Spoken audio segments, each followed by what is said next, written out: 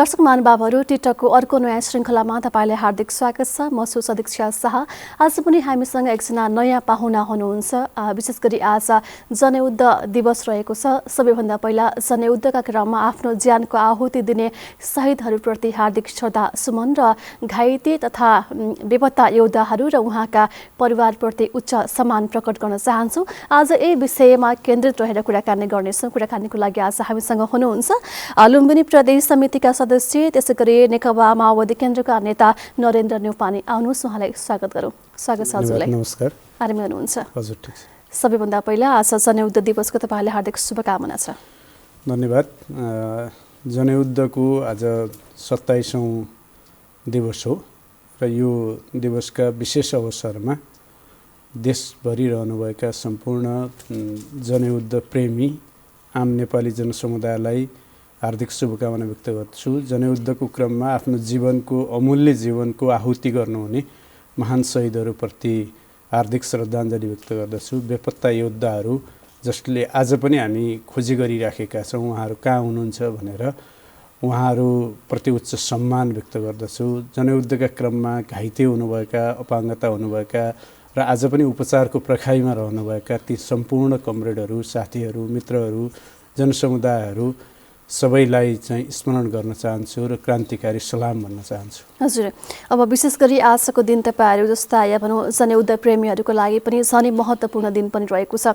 कसरी लिनुहुन्छ आजको दिनलाई? तपाईँ कसरी समीक्षा गर्नुहुन्छ? जनयुद्धलाई पछाडि फर्केर हेर्दा 2052 साल फागुन 1 गतेबाट यो देशमा एउटा क्रान्तिकारी परिवर्तनका निम्ति, आमूल परिवर्तनका निम्ति महान जनयुद्धको सुरुवात भएको थियो। यो दुर्गम नेपालका दुर्गम गाउँ बस्तीहरूबाट सुरुवात भएको थियो। सचेततापूर्वक नेपाली नागरिक, नेपाली जनताका छोराछोरीहरू जसले यो देशको परिवर्तनका निम्ति आफ्नो जीवनको आहुति दिनका निम्ति तयार हुनुभएको थियो र जसले लहडमा होइन, सचेतताका साथ, उच्च चेतनाका साथ बलिदान गर्न तयार भएर म मर्न तयार छु तर देशको परिवर्तनका निम्ति चाहिँ मेरो आमा जसले आफ्नो आँसु बगाए पनि तर देशका हरेक आमाहरूको अनुहारमा मुस्कान देख्न आवश्यक छ भनेर त्यो जनयुद्ध सुरुवात भएको थियो। सचेततापूर्वक यसले जनयुद्धले नेपालमा एउटा ठुलो राजनीतिक परिवर्तन, सामाजिक परिवर्तन, आर्थिक परिवर्तन, सांस्कृतिक परिवर्तन ल्याएको छ।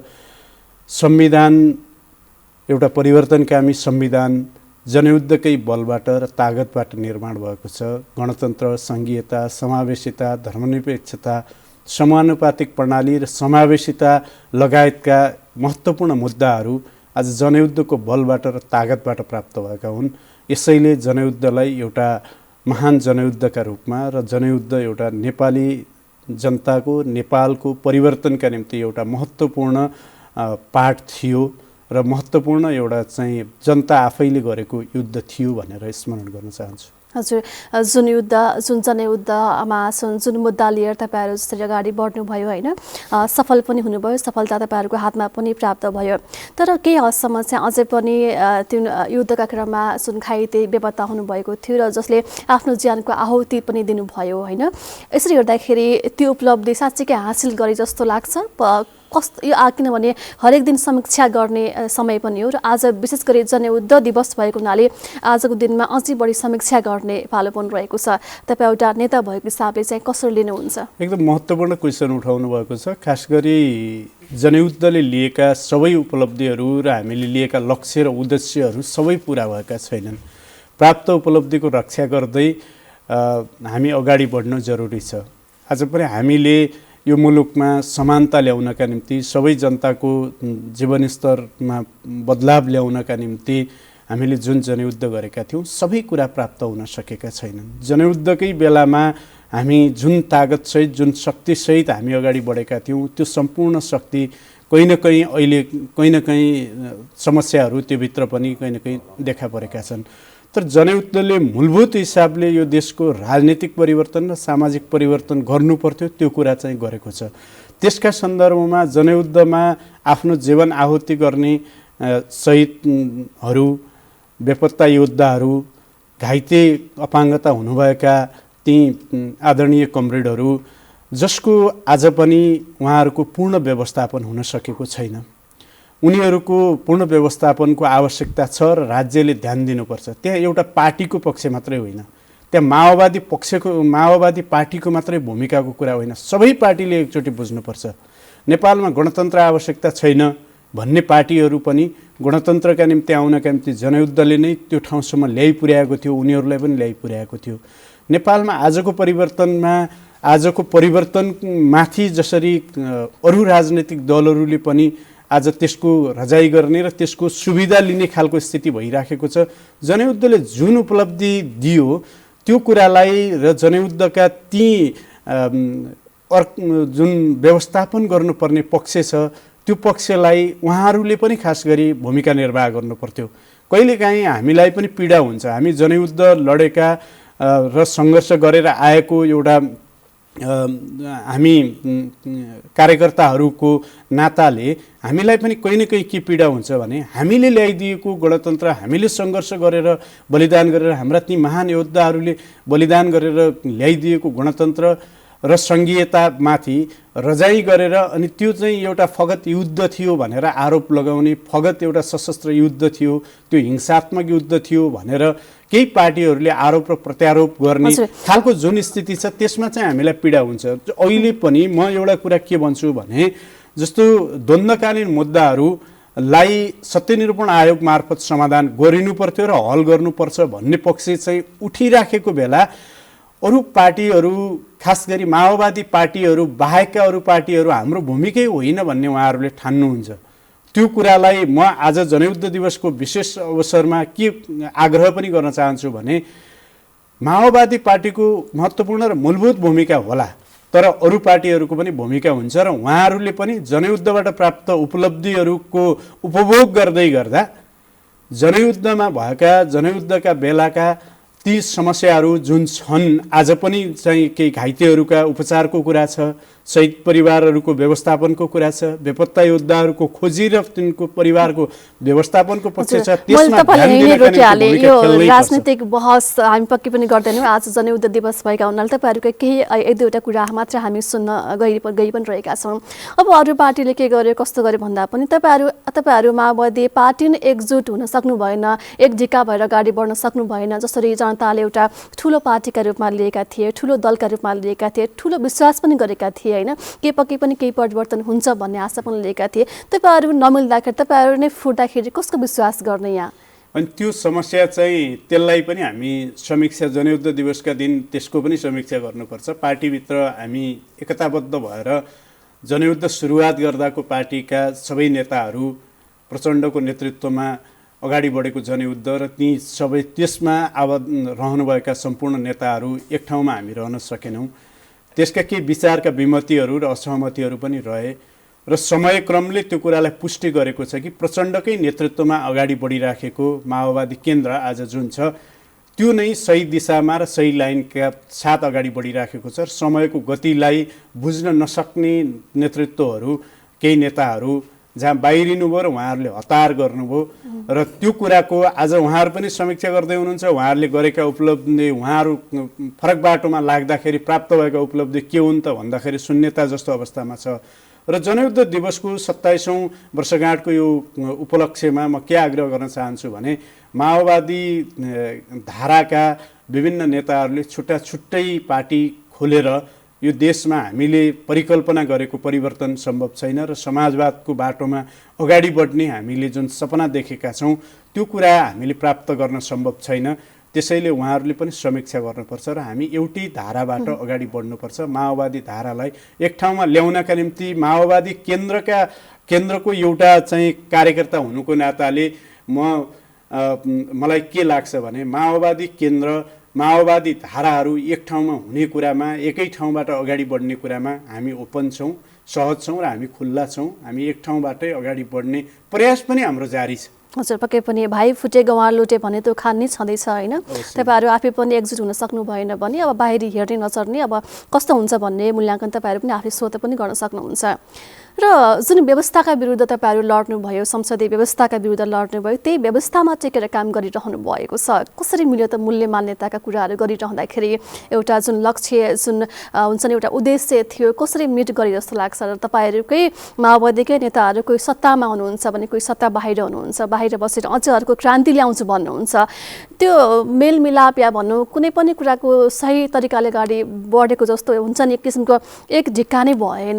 जुन व्यवस्थाप्रति नै तपाईँको एउटा जुन युद्ध गर्नुभयो त्यही व्यवस्थामा टेकेर काम गरिरहनु भएको छ। हामीले यो व्यवस्था, यो प्रणाली का विरुद्धमै हामीले चाहिँ सङ्घर्ष गरेको हो। तत्कालीन व्यवस्था प्रणालीका विरुद्धमा सङ्घर्ष गरेको हो र हामीले खास गरी आज प्राप्त गरेको व्यवस्थाका हिसाबले हेर्दाखेरि सङ्घीयता, गणतन्त्र, धर्मनिरपेक्षता लगायतको समानुपातिक प्रणाली लगायतको यो प्रणाली चाहिँ हामीले नयाँ स्थापना गरेको हो।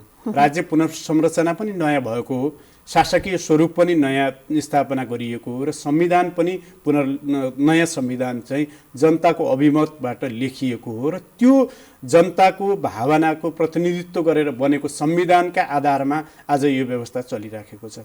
संसदीय प्रणालीलाई हामीले परिमार्जन गरेर हामी नयाँ प्रणालीको विकास गरेर आएका छौँ। सङ्घीयताको प्रणालीमा हामी आएका छौँ, सङ्घीय शासन प्रणालीमा हामी आएका छौँ।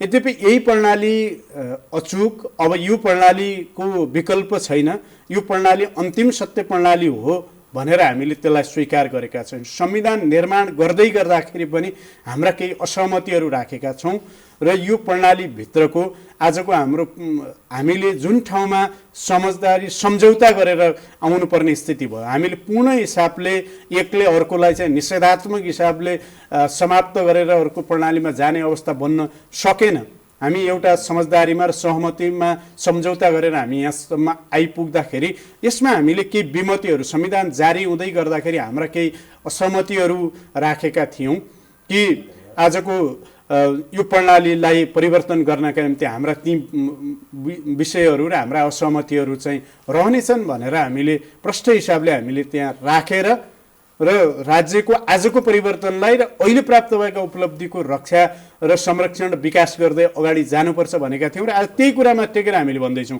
संविधानभित्र समाजवाद उन्मुख व्यवस्था भनेर जुन संविधानमा चाहिँ लेखिएको छ, त्यो परिकल्पना गरिएको छ, त्यो समाजवाद स्थापनाका निम्ति एकचोटि क्रान्ति गर्नुपर्छ, जनताका बीचमा जागरण ल्याउनुपर्छ। माओवादीको विचार, जनयुद्धको विचार, जनयुद्धले अगाडि सारेको क्रान्तिकारी विचार र परिवर्तनकामी विचारलाई एकचोटि पुनर्जागृत गर्नुपर्छ भनेर जनताका बीचमा हामी अभिमत लिनका निम्ति गइराखेका छौँ। संसदीय व्यवस्थाभित्र हामी चुल्लममै डुबेका चाहिँ छैनौँ। हजुर, जस्तो अब हुन्छ नि, अब हुन त हरेक दिन नयाँ नयाँ प्रविधि या भनौँ हरेक दिन चाहिँ अलिकति जीवनशैली परिवर्तन त पक्कै पनि हुन्छ, तर माओवादीका नेताहरूको जीवनशैली त एकदमै ठ्याक्क उल्टो गरी पल्टेको छ, जीवनशैली एकदमै हाइफाई पनि भएको छ होइन। किनभने सादा जीवन उच्च विचार भन्ने तपाईँहरूको चाहिँ एउटा सङ्कल्प पनि थियो, जसरी जङ्गलमा जुन जीवन बिताउनु भयो र अहिले हेर्दाखेरि एकदमै हाइफाई स्टाइलमा पनि छ। यसो हेर्दाखेरि सामान्य जनताले चाहिँ कसरी मूल्याङ्कन गर्ने? मलाई त्यस्तो लाग्दैन, एकदमै चाहिँ हाइफाई भएको र जीवनस्तरमा चाहिँ परिवर्तन गरेर आएको भन्ने कुरा चाहिँ लाग्दैन। केही लिमिटेसनहरू हुन्छन्, केही समस्याहरू पनि होलान्, कहीँ चाहिँ व्यक्तिगत रूपले पनि कहीँ देखिएला। आज पनि माओवादी नेतृत्वका धेरै नेताहरूले आफूले चाहिँ आफ्नो लग्जरियस लाइफस्टाइल चाहिँ बिताइराखेको भन्ने कुरा केही अफवाहहरू पनि हुन्। आज त्यही कुरा, त्यही प्रकृतिको कुराहरूले गर्दाखेरि होइन, त्योभन्दा चाहिँ अझ चाहिँ हाई स्ट्यान्डर्डको कुराहरूले गर्दाखेरि चाहिँ त्यसमा विषय उठ्दैन। तर माओवादीका नेतृत्वले सामान्यतः कहीँनिर त्रुटि गर्यो अथवा कहीँनिर चाहिँ उसले चाहिँ अलिकति फरक ढङ्गले आउन खोज्यो भने त्यसमा प्रश्न उठ्छ। यो प्रश्न उठ्नु स्वाभाविक हो जस्तो पनि लाग्छ, किनभने हामी सर्वहारा वर्गको परिवर्तनका निम्ति र जनताको जीवनस्तर बदल्नका निम्ति, आम जनतालाई चाहिँ माथि उठाउनका निम्ति भनेर हामीले जुन जनयुद्ध गऱ्यौँ, जहाँ हामी झुपडीबाट सुरु गरेको जनयुद्धबाट आइपुग्दाखेरि तिमीहरू चाहिँ हामी महलमा पुग्यौ कि भन्ने चाहिँ चिन्ता र चासो आउनु, त्यो हामीलाई चाहिँ खबरदारी हुनुलाई हामीलाई सचेत बनाएको हो। यी प्रश्न भनेको हामीलाई सचेत बनाएको हो जस्तो लाग्छ। धेरै नेताहरूले अझै पनि महलमा बसेको भन्ने चाहिँ डेरा लिएर चाहिँ काठमाडौँमा भाडामा बसिराख्नु भएको छ, आफ्नो काठमाडौँमा घर बनाउनु भएको छैन। अनि अफवाहहरू त पुरै चाहिँ आरोप प्रत्यारोपका रूपमा त आउलान्, तर मलाई लाग्छ कि बाहिर भनिए जस्तो चाहिँ त्यो ढङ्गले चाहिँ लाइफस्टाइल चाहिँ बनाए भनेर चाहिँ गरेको आरोप र प्रत्यारोप हुन् जस्तो लाग्छ। धेरै कुराहरू, केही समस्याहरू हुन सक्छन्, त्यसलाई करेक्सन गर्न आवश्यक चाहिँ छ। फेरि पक्कै पनि उन्नति र प्रगति सबैजनाको हुनुपर्छ, त्यसमा चाहिँ कसैको रिस राह भएन। तर जुन उठानका साथ तपाईँ अगाडि बढ्नु भएको थियो, जनतालाई पनि झुपडीबाट थोरै भए पनि महलमा उठाउँछु भन्ने तपाईँहरूको जुन परिकल्पना थियो त्यो पनि साकार, जनताले पनि माथिको आस्थे तपाईँहरू माथिको आस्थेको भए अलिकति राम्रो हुन्थ्यो भन्ने मात्र खोजेको हो। अब तपाईँहरूसँगै लडेका योद्धाहरू होइन, कति त अब आफ्नो ज्यान पनि आहुति दिनुभयो, कति बेपत्ता हुनुभएको छ, कति घाइते पनि हुनुभएको छ र कतिपय खाडी मुलुकमा पसिना चुहाउँदै पनि हुनुहुन्छ। आखिर के का लागि गरिएको थियो त जनयुद्ध? त्यो केही नेताहरूको लागि मात्र परिवर्तनको लागि गरिएको थियो। मैले अघि एउटा कुरा भन्दै गर्दा राजनीतिक आरोप प्रत्यारोपको कुरा नगरौँ, आज यो फरक सन्दर्भमा बहस गरौँ भन्नुभयो। यसका निम्ति सबैको एउटा चाहिँ साझा बुझाइ हुन आवश्यक छ। नेपालमा भएका परिवर्तनहरू, हामी नेपालमा ठुल्ठुला राजनीतिक परिवर्तनहरू भयो, राणा विरोधी राजनीतिक तपाईँको परिवारलाई अप्ठ्यारो पर्दा तपाईँले नै हेर्नुपर्ने नि त होइन, बाहिरको मान्छे आएर हेर्नु त भएन नि त। पञ्चायत विरोधी परिवर्तन, त्यसपछि आएर यो एउटा व्यवस्थामै परिवर्तन ल्याउनका निम्ति गरिएको जनयुद्धको परिवर्तन थियो। र त्यो परिवर्तनमा हामीले र पार्टीका तर्फबाट त्यो परिवर्तनमा आफ्नो जीवन आहुति गर्ने योद्धाहरू, घाइतेहरू र खास गरी आज व्यवस्थापन हुन नसक्नुभएका साथीहरूको व्यवस्थापन गर्नका निम्ति हामीले पार्टीका तर्फबाट कोसिस गरिराखेकै छौँ र हामीले भूमिका निर्वाह गरिराखेकै छौँ। त्यो भूमिका निर्वाह गरेका छौँ। आज राज्यले हेर्नुपर्छ त्यो सङ्घर्ष के का लागि थियो। राज्य परिवर्तनका निम्ति थियो, व्यवस्था परिवर्तनका निम्ति थियो भनेर आज संविधानले स्वीकार गरिसकेपछिको अवस्थामा त्यो युद्धमा र त्यो आन्दोलनमा आफ्नो भूमिका निर्वाह गर्ने योद्धाहरूलाई राज्यले अन गर्नुपर्छ कि पर्दैन? त्यो स्वामित्व ग्रहण उपलब्धिको मात्रै ग्रहण गर्ने, तर त्यसको पछाडि चाहिँ भूमिका निर्वाह गर्नेहरूको चाहिँ व्यवस्थापनको पक्ष राज्यले ग्रहण गर्नुपर्छ कि पर्दैन? त्यो व्यवस्थाभित्र आइसकेपछि जनयुद्ध आजको गणतन्त्रको निम्ति, गणतन्त्र प्राप्तिका निम्ति जनयुद्ध थियो भन्ने कुरा हामीले संविधानमा, कानुनमा स्वीकार गरिसकेपछि त्यो गणतान्त्रिक व्यवस्थाको नेतृत्व गर्ने जोसुकै आओस्, अरू होइन, अरूले घरभन्दा बाहिर पल्लो घरको भन्ने प्रश्नै होइन। आफ्नो जिम्मेवारीबाट पन्छिने कुरा जस्तो लाग्यो, किनभने मैले रोक्न चाहे हामी होइन, हामी हाम्रो जिम्मेवारीबाट पन्छिएको भन्ने कुरै होइन। प्रमुख जिम्मेवारी किनभने तपाईँको पार्टीलाई तपाईँसँगै लडेका साथीहरू आज त्यो विचल्य अवस्थामा हुनुहुन्छ भने तपाईँले राज्यले गर्नुपर्छ होइन भनेर त्यसरी त भन्नु चाहिँ ठ्याक्कै चाहिँ मिलेन नि। किनभने स्थानीय अथवा नागरिकको हक हितका लागि राज्यले गर्नुपर्छ, त्यो छुट्टै किसिमको भइ नै हाल्यो। तर तपाईँहरूसँगै लडेका तपाईँहरूको साथीभाइको भविष्यको लागि, तपाईँहरूको साथीभाइको लागि, तपाईँहरू युद्धमा होमिनुभएका ती लडाकुहरूको लागि त तपाईँहरूले नै खास विशेष पहल त तपाईँहरूको रहन्छ। हामीले पार्टीगत तर्फबाट गर्ने भूमिका, निर्वाह गर्नुपर्ने भूमिका हामीले गरिराखेकै छौँ। कहीँ न कहीँ नपुगेका होलान्, त्यसलाई चाहिँ हामी म्यानेज गरिराखेकै छौँ। हाम्रो जिम्मेवारीबाट हामी पन्छिने भन्ने कुरा नै होइन, किनभने म आफै नै एउटा चाहिँ युद्ध लडेको, युद्धमा चाहिँ सङ्घर्ष गरेको एउटा चाहिँ पात्र हुँ र म जहाँ जिम्मेवारीमा छु र हामीले पनि आज पनि जस्तो पार्टीको जिम्मेवारीमा नै शहीद परिवारका आफन्तहरूलाई, बेपत्ता परिवारका आफन्तहरूलाई, जनयुद्धमा जनमुक्ति सेनामा नेतृत्व गर्नुभएका र लड्नुभएका सम्पूर्ण साथीहरूलाई आज हामीले पार्टीको नेतृत्वमा, जिम्मेवारीमा, भूमिकामा राखेर त्यसको व्यवस्थापन, उहाँहरूको चाहिँ आर्थिक अरू लगायतका व्यवस्थापन गर्ने पक्षमा पनि पार्टीगत हिसाबले पनि हामीले भूमिका निर्वाह गरिराखेकै छौँ र पार्टीले त्यो कार्यक्रममै बनाएको छ। हामीले प्रष्ट हिसाबले हाम्रो पार्टीको कार्यक्रममा, डकुमेन्टमा, महाधिवेशनमा पनि यो कुराको बहस गरेका छौँ कि पार्टीको दायित्व, जिम्मेवारी हो, पार्टीले त्यो कुराको व्यवस्थापन गर्नुपर्छ, गर्न नसकेका कुरामा समीक्षा गर्नुपर्छ, आत्मालोचना गर्नुपर्छ र त्यो व्यवस्थापन गर्ने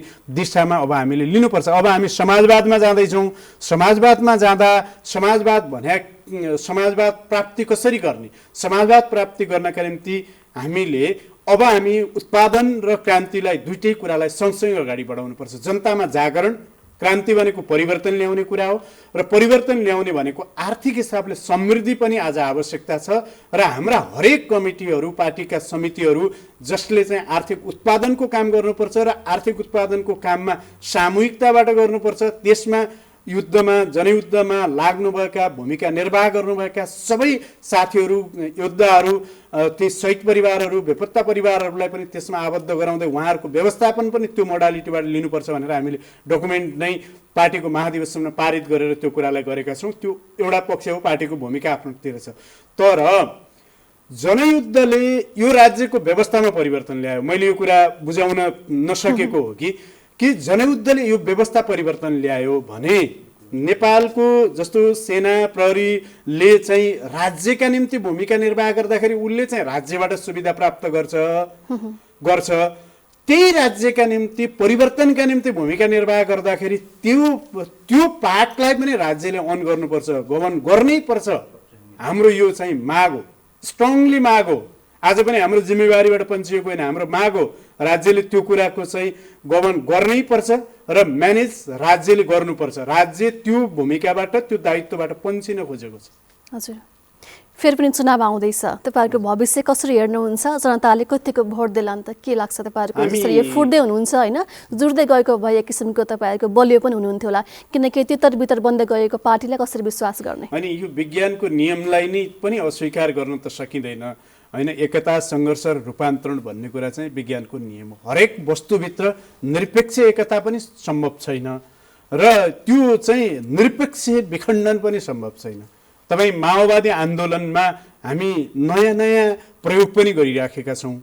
एउटा आन्दोलनका रूपमा मुभमेन्टका रूपमा हामी अगाडि आएका थियौँ। नयाँ केही प्रयोगहरू पनि गरिराखेका छौँ, केहीबाट हामी सफलता पनि भएका छौँ र हामी हरेक पटक टेस्ट दिइराखेका छौँ। हाम्रो अध्यक्ष कमरेड प्रचण्डले भन्नुहुन्छ कि हामी हरेक पटक टेस्ट दिनुपर्छ। एउटा राजनीतिज्ञले, एउटा चाहिँ कम्युनिस्टले, सच्चा कम्युनिस्टले एकपटक मात्रै टेस्ट दिएर पुग्दैन। हामी हरेक पटक टेस्ट दिन्छौँ र टेस्टबाट हामी चाहिँ पास हुन जरुरी छ।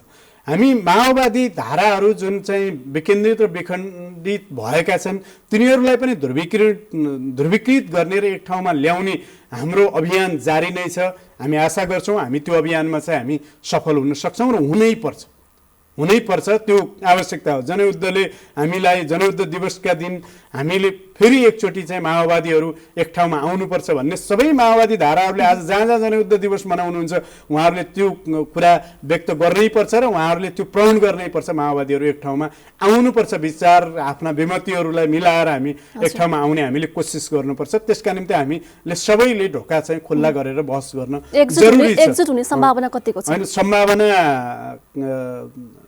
अहिले चाहिँ सम्भावना हेर्दा सबैतिर हेर्दा बहस छलफलहरू चलिराखेको हेर्दाखेरि सकारात्मक देख्छु म। ठ्याक्कै चाहिँ गणितीय हिसाबले यही हुन्छ, ज्योतिषीय हिसाबले यही हुन्छ भन्ने कुरा त भन्न सकिँदैन। तर चाहिँ सम्भावना त्यति चाहिँ नकारात्मक छैन। बहसहरू चलिराखेका छन्, छलफलहरू चलिराखेका छन्। हिजो चाहिँ एकदम दूरीमा रहेका नेताहरूका बिचमा चाहिँ संवादहरू अगाडि बढेका छन्। हामी स्थानीय स्तरमा पनि संवाद बढाएका छौँ। सँगै जाउँ न चुनावमा भन्ने कुरा पनि गरेका छौँ। सकेसम्म पार्टी एउटै बनाएर जाउँ, नभए चाहिँ चुनावमा पनि सँगै जाउँ न, माओवादी धाराहरू एक ठाउँमा जाउँ न त भन्ने हामीले कोसिस प्रयास पनि गरिराखेका छौँ। त्यसैले गर्दा सम्भावना चाहिँ सकारात्मक छ भन्ने कुरा चाहिँ मलाई लागेको छ। एउटा अर्को कुरा जनताले के गर्लान् माओवादीलाई अब भन्ने सन्दर्भको कुरा हामीले यो कुरा बुझाउन सकेनौँ जनतालाई र हामी कहीँ न कहीँ असफल भयौँ जस्तो लाग्छ। 64मा माओवादी सबभन्दा ठुलो पार्टीका रूपमा आयो, युद्धको रापताप र चापबाट आएको पार्टी र परिवर्तनको एउटा चाहिँ संवाहकका रूपमा आएको पार्टीलाई जनताले अगाध माया स्नेह र विश्वास गरेको हो। हामीले त्यो कुरालाई कहीँ न कहीँ जोगाउन सकेनौँ। एकैचोटि चाहिँ धेरै प्राप्त गर्दाखेरि होइन कहीँ न कहीँ चाहिँ हडबडाहट भएको हो कि के भयो, हामीले त्यो कुरालाई चाहिँ हामीले जोगाउन सकेनौँ। तर अहिले यहाँसम्म आइपुग्दाखेरि हामीले के कुरा देखियो भने अस्ति प्रधानमन्त्रीले हाम्रो पार्टीको महाधिवेशनको हलमा गएर उहाँले चाहिँ स्पिच दिँदै गर्दा उहाँले एउटा कुरा भन्नुभयो कि यो परिवर्तन त प्रचण्डजीकै कारणले आएको हो र माओवादीकै कारणले आएको हो भनेर उहाँकै शब्दमा उहाँले त्यो कुरा भन्नुभयो। आज यो परिवर्तन काङ्ग्रेसको सभापतिले भन्नुहुन्छ यो परिवर्तन चाहिँ माओवादीका कारणले आएको हो। एमालेको अध्यक्षले भन्नुहुन्छ गणतन्त्र सङ्घीयता त मेरो त एजेन्डै थिएन, म त बाध्य भएर आएको हुँ। उहाँले चाहिँ इन्टरभ्यूमा दिनुभएको छ, विभिन्न क्लिप्सहरू आइराखेका छन्, यहाँहरूलाई नै थाहा छ, मिडियाकर्मीहरूलाई यो कुरा थाहा छ। उहाँले भन्नुहुन्छ हाम्रो एजेन्डा थिएन, काङ्ग्रेसले भन्छ यो एजेन्डा चाहिँ माओवादीका कारणले आएको हो।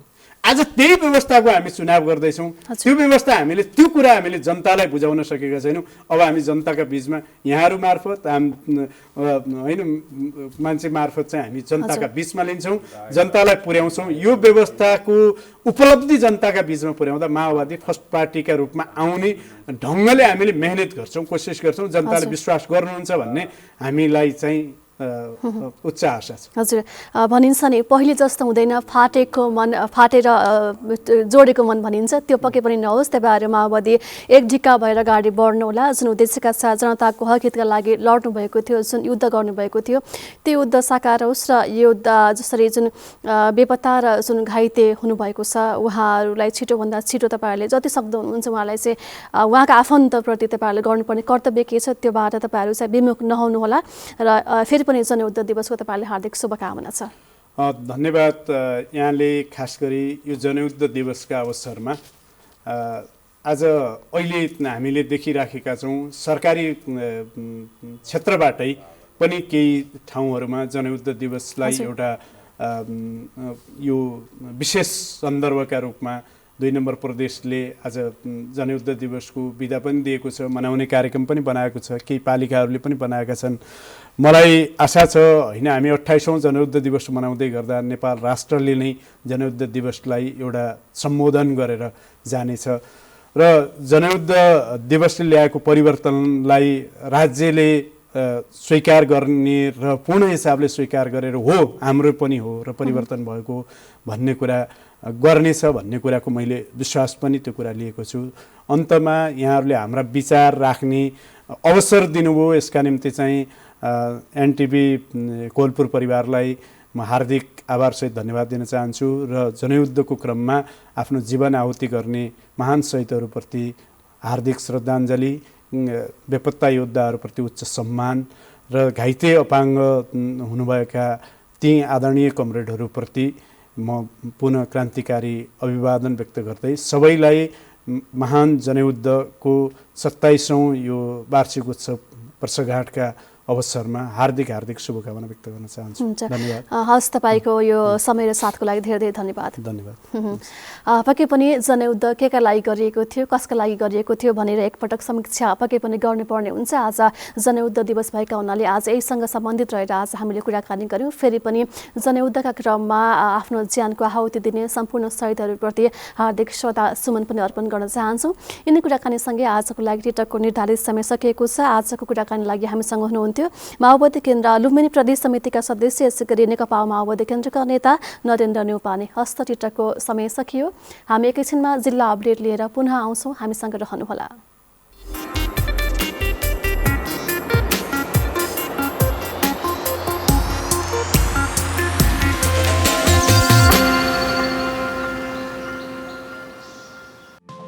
केही नयाँ केही फरक,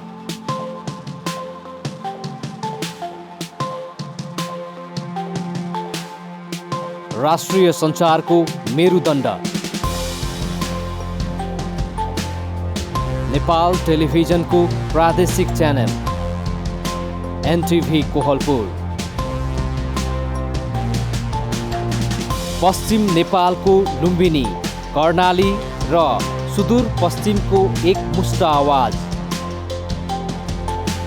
सत्य समाचार, तटस्थ विचार, कार्यक्रममा मौलिकता, समावेशिता र विकासमा विस्तार, डिजिटल दुनियाँमा तपाईको विचार र भावनालाई संसारसँग जोड्दै एनटिभी कोहलपुर, सूचना, शिक्षा र मनोरञ्जनको यो यात्रा हो समृद्धिको।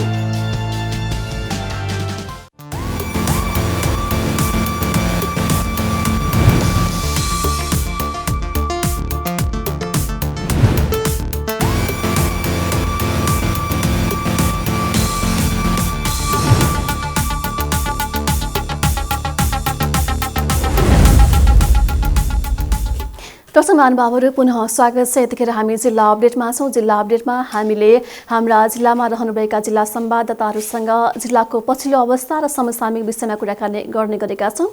आज फागुन 1 गतेबाट सरकारले विद्यालयहरू खोल्ने निर्णय गरेसँगै आज विभिन्न जिल्लाका विद्यालयहरू खुल्न गइरहेको अवस्था पनि छ। यससँग सम्बन्धित रहेर आज हामी कुराकानी गर्नेछौँ। कुराकानीका लागि हामीसँग हुनुहुन्छ हाम्रा दैलेख संवाददाता विष्णु शर्मा। विष्णुजी, हजुर, आज फागुन 1 गतेबाट विद्यालय खोल्ने निर्णय गरेको छ सरकारले। त्यहाँ पनि विद्यालयहरू खुल्दैछ। आज के छ? आजदेखि अब देशैभरका विद्यालय खुल्ने सरकारको निर्णय हुन्छ। हजुर, दैलेखमा पनि विद्यालयहरू खुल्ने क्रम सुरु भएको छ। हजुर, आजबाट विद्यालय खुल्ने काम चाहिँ सुरु भएको छ। यहाँ दैलेखको यो शिक्षा तथा समन्वय इकाइका प्रमुखले दिएको जानकारी अनुसार आजदेखि दैलेखका निजी तथा सरकारी सबै विद्यालयहरू खुल्ला गरिनेछन्। मैले बिहान मात्रै उहाँसँग कुरा गरेको थिएँ। ती सहकारी र निजी विद्यालयहरू खुलेसँगै चाहिँ सबै विद्यालयहरूमा अध्ययनरत 12 वर्षभन्दा मुनितिरका विद्यार्थीहरूको लागि अलिक बढी सुरक्षा सतर्कता अपनाउन भनेर शिक्षा तथा समन्वय इकाइ प्रमुख बहादुर थापाले दैलेखका 2वटा सञ्चार माध्यमहरूको प्रयोग गरेर उहाँले सूचना पनि जारी गरिसकेको जानकारी मलाई दिनुभएको छ सुरेखाजी। यहाँ साना विद्यार्थीहरूलाई धेरै भएको विद्यालयमा चाहिँ आलो पालो गरेर सामाजिक दूरी कायम गरेर पठन पाठन सुरु गरिने, खोप लगाएका विद्यार्थीहरूलाई पनि सुरक्षा सतर्कता अपनाएर मास्क अनिवार्य प्रयोग गरेर सामाजिक दूरी कायम गरेर पठन पाठन सुरु गरिने भन्ने विषयमा प्रमुख जिल्ला अधिकारी हरिता कुरेलको संयोजकत्वमा बसेको बैठकले पनि निर्णय गरिसकेका छ। त्यसै गरी जिल्लाभरका सबै विद्यालयहरू आज 11वटै पालिकाका शिक्षा शाखा प्रमुखहरूले पनि विद्यालय खोल्ने भनेर सबैलाई सूचना जारी गरिसकेको अवस्था छ। हजुर, भनेपछि त्यहाँका विद्यार्थीहरूले खोप लगाउनु भएको छ र विद्यालय सञ्चालकहरूले पनि सुरक्षाको मापदण्ड अपनाउँदै विद्यार्थीहरूलाई चाहिँ पढाउने योजनामा हुनुहुन्छ। हजुर, यहाँ चाहिँ सुरक्षा मापदण्डलाई चाहिँ प्रभावकारी रूपमा अपनाउने भनेर विभिन्न सञ्चार माध्यमहरूबाट समेत चाहिँ सूचना प्रवाह गरिसकेको अवस्था छ। विद्यालयका विद्यार्थीहरूलाई र स्वयं अभिभावकहरूलाई समेत यो बारेमा चाहिँ जानकारी गराइएको छ। म हिजो मात्रै दैलेखको भैरवी गाउँपालिकामा पुगेको थिएँ। त्यहाँ पनि स्थानीय सरकारहरूले पनि यो विद्यार्थीहरूको सहज पठन पाठन र सुरक्षाको विषयमा एकदमै सुरक्षा सतर्कताका बारेमा सम्बन्धित शिक्षा शाखा प्रमुखहरूलाई उहाँहरूले छलफल गरेर सम्बन्धित शिक्षा शाखा प्रमुख मार्फत सम्बन्धित विद्यालयहरूमा समेत यस्ता विषयहरूको चाहिँ छलफल र बहसका लागि पठाइएको छ। हजुर, अब अभिभावकहरू पनि कतिको तयारी अवस्थामा हुनुहुन्छ? किनभने अब कोरोनाको डर केही हदसम्म त अझै पनि छँदैछ होइन। आफ्नो बालबच्चालाई त्यहाँसम्म पुर्याउँदाखेरि केही जोखिम हुन्छ कि भन्ने डर त पक्कै पनि होला। तयारी के छ? उहाँहरूको चाहिँ अवस्था के छ? बुझ्नु भएको छ? म अभिभावकहरूसँग पनि विगत 2-3 दिनदेखि गाउँतिर गएर अभियान गरेर हिजो मात्रै पनि मैले अघि भने दैलेखको भैरवी गाउँपालिकामा प्रहरीले समुदाय प्रहरी कार्यक्रम अन्तर्गत चुनावी सुरक्षासँगै कसरी आफू र यो ओमिक्रोन भाइरसबाट सुरक्षा गर्न सकिन्छ भन्ने 2-3वटा विषयलाई लिएर कार्यक्रम अभियान सुरु भएको थियो। त्यो अभियानमा हेर्दा पनि अभिभावकहरू र आज यो विद्यालय लाग्ने स्थितिमा पनि योभन्दा अगाडि दैलेखको शिक्षा तथा समन्वय इकाइ नारायण नगरपालिकाले के गरेको थियो भने योभन्दा अगाडिको जुन भेरिएन्टको बेलामा नगर शिक्षा कार्यक्रम भनेर जिल्लाका 2वटै रेडियोहरूबाट आम विद्यार्थीहरूको पहुँच पुग्ने गरी सम्बन्धित अभिभावकलाई तपाईँहरूको बालबालिकालाई यो विषयमा हामी यहाँबाट रेडियोबाट पढाउँदैछौँ, जानकारी गराउँदैछौँ, तपाईँहरूले पनि बालबालिकालाई घरमा केन्द्रित गरिदिनु होला भनेर सूचना गरेका थियो। जसले प्रभावकारी काम गरेको थियो त्यो लामो बन्दको बेला। यो पछिल्लो यो छोटो बन्दमा भने त्यस्ता कामहरू भएको मैले पाएन। तर अभिभावकहरूले घरमा आफ्नो बालबालिकालाई शिक्षा सतर्कता अपनाउने पढाउने विषयहरूमा चाहिँ सामान्यतया ध्यान दिएको अवस्था छ। र लामो समयसम्म विद्यार्थीहरू बाहिर भएको हुनाले जुन आजबाट विद्यालय सञ्चालन भएको छ, अभिभावकहरूले पनि सुरक्षा सतर्कता अपनाएर आफ्ना बालबालिकालाई चाहिँ विद्यालय पढाउन खुसी देखिनु भएको छ। खोप नलागेका साना बालबालिकाहरूको हकमा भने त्यो ओमिक्रोनको अलि सम्भावना बढ्दै पनि छ। दैलेखमा त्यति घटेको अवस्था पनि छैन। त्यसैले यो विषयमा चाहिँ ख्याल गर्नुपर्छ कि भन्ने पनि सोच गरिराख्नु भएको छ सदस्यले। हजुर हजुर। अन्त्यमा कोरोना संक्रमणको अवस्था कस्तो छ दैलेखमा संख्यात्मक रूपमा हेर्दाखेरि? दैलेखमा विगतको तुलनामा भन्दा अहिले संक्रमणको अवस्था धेरै कम छ। यो पछिल्लो अपडेटलाई हेर्ने हो भने तर कतिपय एकदमै रियर चाहिँ बिरामी भएर जानुभएको छ जिल्ला अस्पतालमा, उहाँहरूलाई मात्रै चेकअप गर्दा चाहिँ सामान्यतया कोरोना संक्रमण देखिएको भए पनि तर कुनै पनि व्यक्तिहरू अहिलेसम्म यो ओमिक्रोनको प्रभावले सिरियस भएर यो आइसोलेसनमा बस्नुपर्ने स्थिति छैन। सबै होम आइसोलेसनमै बस्नु भएको छ। दैलेख जिल्लाका जति सङ्क्रमित हुनुहुन्छ उहाँहरू होम आइसोलेसनमा बसेर सामान्य उपचारमै सहज भएको कुरा चाहिँ मलाई जिल्ला स्वास्थ्य कार्यालय दैलेखले जानकारी दिएको छ। अनि त्यसै गरी यो ओमिक्रोन भेरिएन्टको नयाँ सङ्क्रमणको जोखिमलाई न्यूनीकरण गर्न दैलेख प्रहरीले करिब 30,000 भन्दा बढी मास्कहरू विभिन्न दैलेख प्रहरीका 26वटा युनिटहरू छन्। प्रहरी प्रमुख भुवनेश्वर शाह आफै पनि यो अभियानमा हिँड्नु भएको छ। यसै गरी 26वटा युनिट मार्फत करिब 30,000 भन्दा बढी मास्क वितरण गरिसकेको जानकारी मलाई जिल्ला प्रहरी कार्यालय दैलेखका प्रमुखले दिनुभएको थियो। यसरी आम नागरिकहरू पनि सुरक्षित हुनुपर्ने र जिल्ला प्रहरी कार्यालयले पनि सुरक्षा सतर्कताका अभियानहरू विभिन्न ठाउँमा सञ्चालन गरेका कारण पनि मानिसहरू सतर्कता अपनाएरै यसको यो ओमिक्रोनको सुरक्षित रूपमा भएको भन्न सकिन्छ सदस्यजी। हजुर हुन्छ विष्णुजी, तपाईँको महत्त्वपूर्ण जानकारीको लागि धेरै धन्यवाद। हस् धन्यवाद। दर्शक महानुभावहरू, उहाँ हुनुहुन्थ्यो हाम्रा दैलेख संवाददाता विष्णु शर्मा।